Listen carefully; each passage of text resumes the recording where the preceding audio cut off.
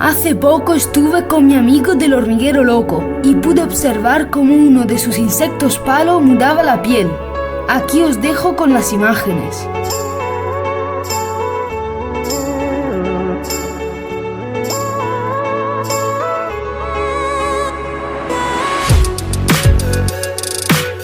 Por favor suscribiros, que estamos a nada de llegar a los 100 suscriptores.